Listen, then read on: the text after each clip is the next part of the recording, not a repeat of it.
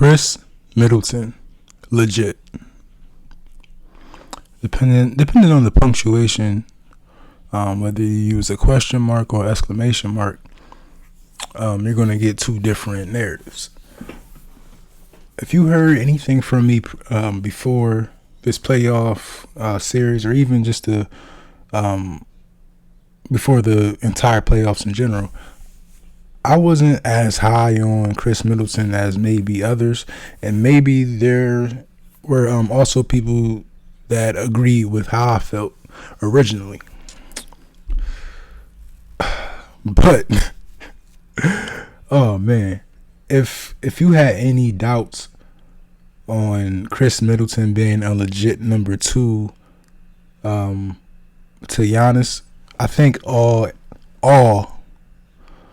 questions were answered based off his performances throughout the playoffs, man. Just if you want to just base it off a series by series, man, I believe he had great games every round, and some of those games where we actually needed him to step up actually came in the Eastern Conference Finals, with Giannis being out with the injury. Some of the other guys that usually stepped up and produced offensively, some of those guys didn't get it done. I know Jrue Holiday struggled, but I'm gonna touch more on him, on Uncle Drew. I'm gonna touch more on him later on this video. But guys like Brent Forbes, even Portis struggled at some points throughout the game. Brook Lopez played very well.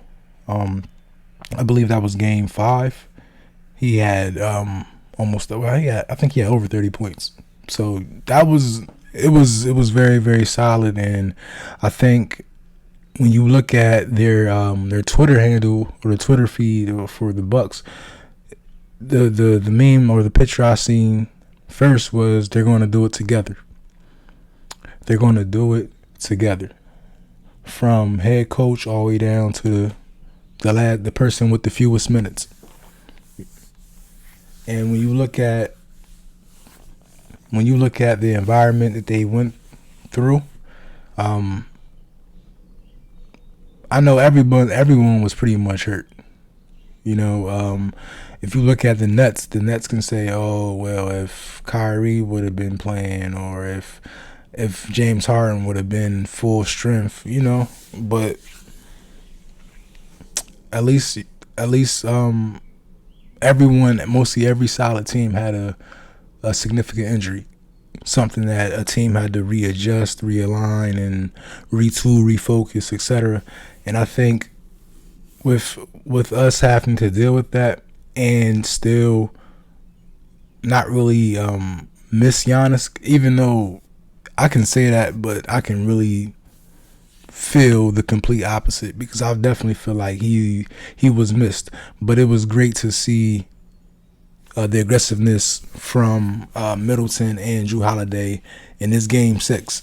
That third quarter, man, I believe Middleton hit like 3 straight threes, I believe, and then in that span, Holiday added a 3 as well, and it was remarkable just to see them pull away going into that early third quarter, because in the first half the shooting was terrible.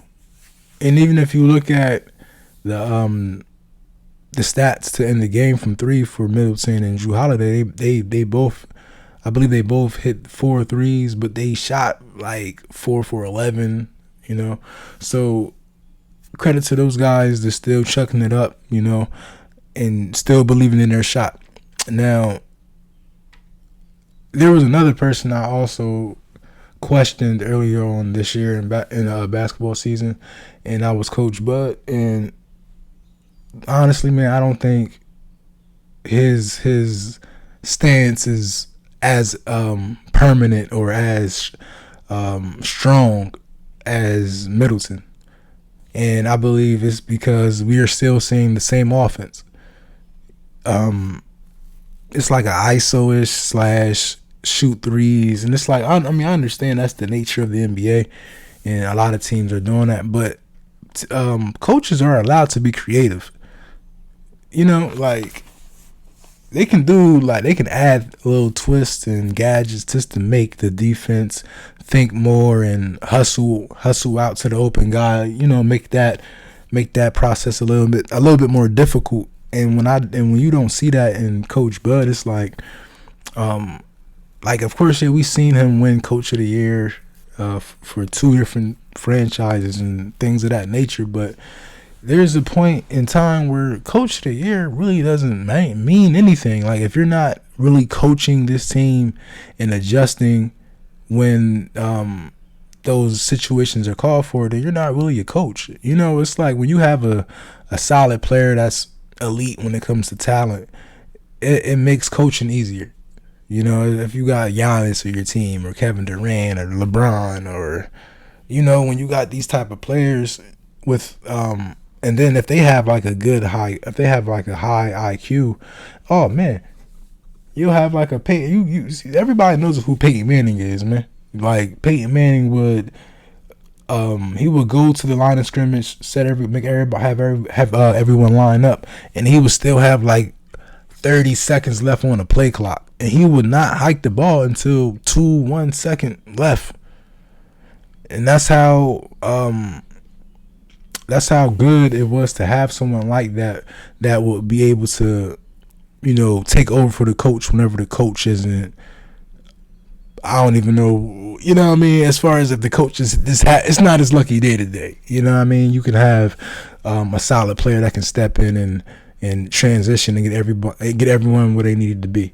And I think that's something that we see with Middleton's aggressiveness, and also Drew Holiday, Uncle Drew. All right, so for me, man, I think the biggest difference in the roster and the way that Middleton was playing now, because like for me, I think Middleton's best regular season was last year. He shot phenomenal throughout the season. I think he was a part of the 50-40-90 club, and he was also he had a lot of streaks where he was just hitting certain numbers, man, consecutively, and it was great to see. And then we all know what happened to him in the playoffs. Now this basketball year, this season, regular season, I'm not going to say he dropped off, but he wasn't as it wasn't as impactful or highlights. The highlights weren't really there as far as the overall game by game stats. And I think he went into this year knowing that he's only going to further his name and staple his name as one of the best in the league if he performs like he does in the regular season, but do that in the playoffs. You have to do it in the playoffs, and I think that's something that he finally did, and he did it this year. And I'm not saying he didn't do it at all last year and other games he had in the playoffs, but this one was more consistent.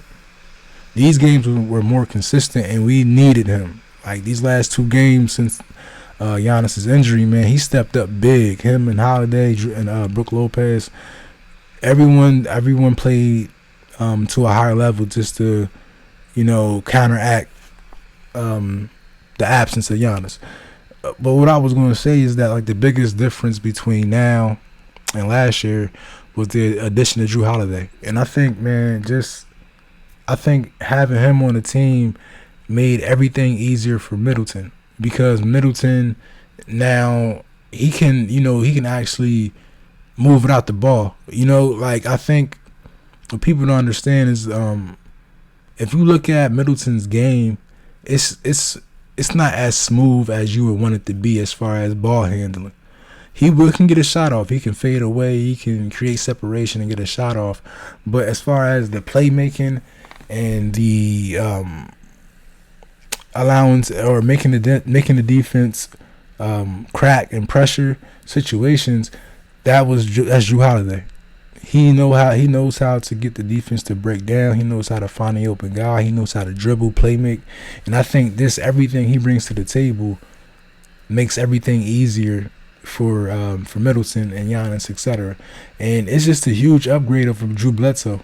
Or I said Drew Bledsoe. That's how you know That's how you know it's a big issue with me and Eric Bledsoe, because he had the name, but it was just the the performances that Drew Holiday has over Giannis or Bledsoe. It's night and day, and I think that